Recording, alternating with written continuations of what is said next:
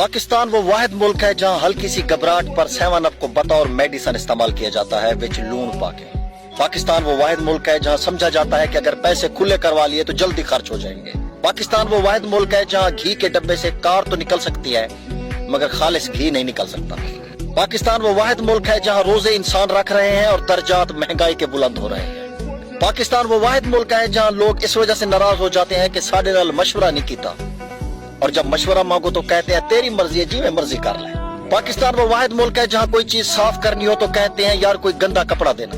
पाकिस्तान वो वाहिद मुल्क है जहां काल काट कर दोबारा करने से आवाज साफ आती है। पाकिस्तान वो वाहिद मुल्क है जहां फोन करके बताना पड़ता है कि यार व्हाट्सएप पर मैसेज किया है वो चेक कर। पाकिस्तान वो वाहिद मुल्क है जहां अपना ही उधार वापस लेने के लिए दलील देनी पड़ती है कि किस लिए चाहिए।